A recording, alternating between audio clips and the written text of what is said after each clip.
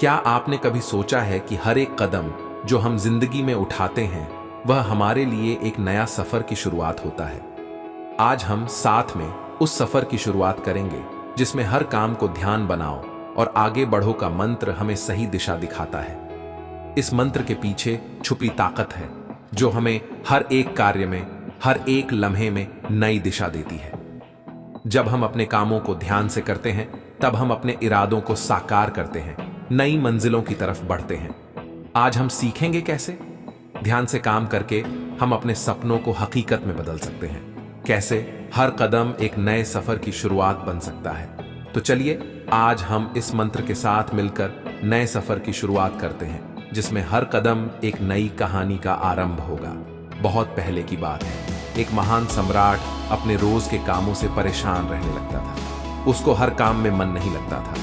तब एक बार सम्राट के कानों तक बात पहुंची कि उसके राज्य में लाओ नाम का एक बौद्ध भिक्षु असाधारण दार्शनिक रहता है। जब मंत्रियों ने बताया कि लाव के एक एक शब्द में जीवन का सत्य छुपा है, उनके जैसा प्रबुद्ध व्यक्ति दूर दूर तक नहीं है, तब सम्राट ने सोचा कि एक बार चलकर देखते हैं कि लाओ जॉक कितना महान है। अगले दिन सम्राट लाओ से मिलने निकला।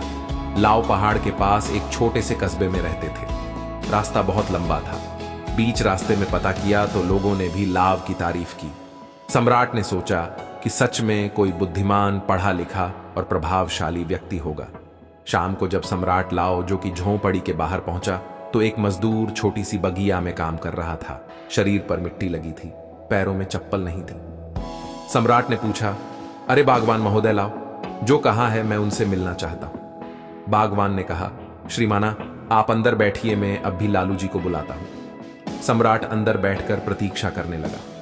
थोड़ी देर में लाओ चुने झोपड़ी में आकर नमस्कार किया। सम्राट ने हैरान होकर कहा, अरे आप तो वही बागवान हैं जो बाहर थे। लाओ ने कहा, कसूर माफ करे, मैं छोटा सा काम कर रहा था। मैं ही बागवान हूं और मैं ही लाऊं। आप आने का कारण बताएं।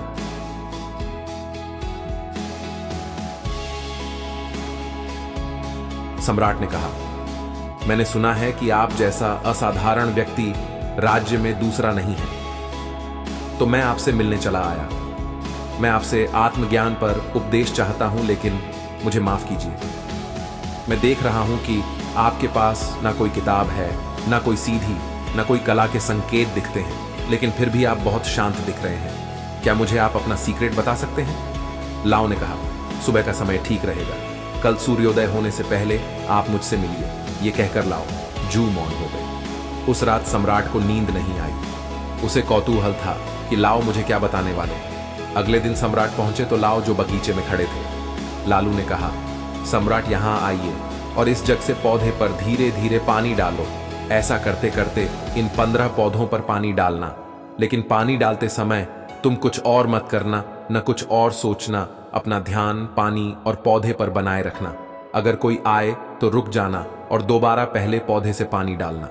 जब तुम सारे पौधों को पानी दे दो तब मेरे पास आना। सम्राट को पहली बार इस तरह का काम मिला था।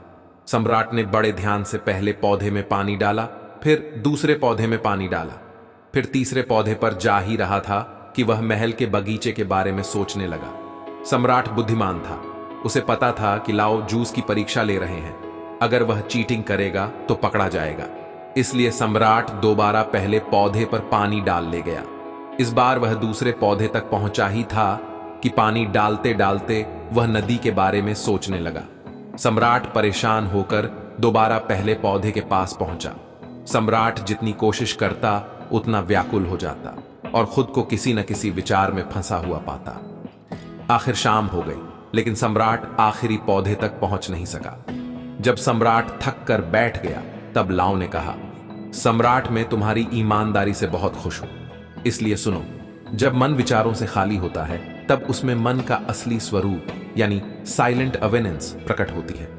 तब हर साधारण काम भी तुम्हें असीम ध्यान शांति देता है। राजा ने कहा, लेकिन यह संभव कैसे है। जब हम काम करते हैं तो हमें कई विचार परेशान करते हैं। लाओ ने कहा, राजा तुम पौधे में पानी नहीं डाल रहे थे, तुम जल्दी से जल्दी काम खत्म करना चाहते थे। तुम्हें काम खत्म करने की जल्दी थी जिससे तुम मुझसे बात कर सको। इसलिए तुम्हें यह काम बोझ लग रहा था, जिसका कारण तुम इस पल में रुक नहीं पाए।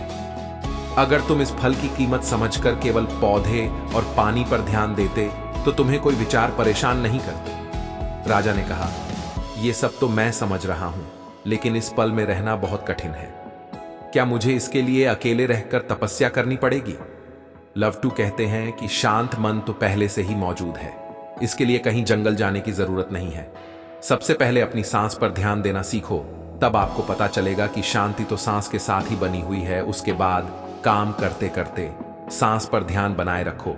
आप बोलते चलते सोचते हुए भी अपनी सांस पर ध्यान दे सकते हो। जब आप ऐसा करते हो तो बिखरा हुआ मन सिमटने लगता है और एकाग्र यानी 1 पॉइंट जाता है।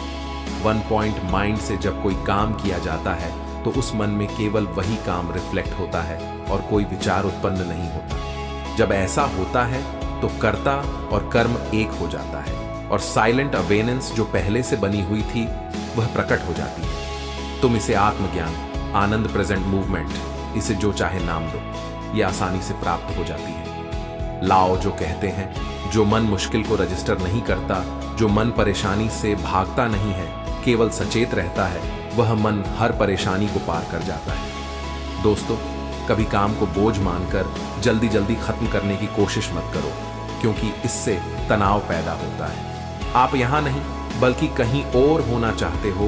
तनाव के कारण मन में विचार हावी होने लगते हैं, जिससे इरिटेशन होता है और काम जो प्रेजेंट मूवमेंट का दरवाजा था वह सच में बोझ लगने लगता है। इसकी जगह काम शुरू करने से पहले अपना ध्यान सांस पर ले आओ और फिर काम के दौरान भी ऐसा करो। सांस का ध्यान काम के ध्यान में बदल जाएगा और कठिनाई डिस्टर्बेंस आते हुए भी आपको छू नहीं पाएंगे। दोस्तों, ये वीडियो पसंद आया तो इस वीडियो को लाइक करें। इसी तरह नए वीडियो आते रहेंगे। मिलते हैं एक नई वीडियो के साथ, तब तक के लिए आपका दिल से आभारी।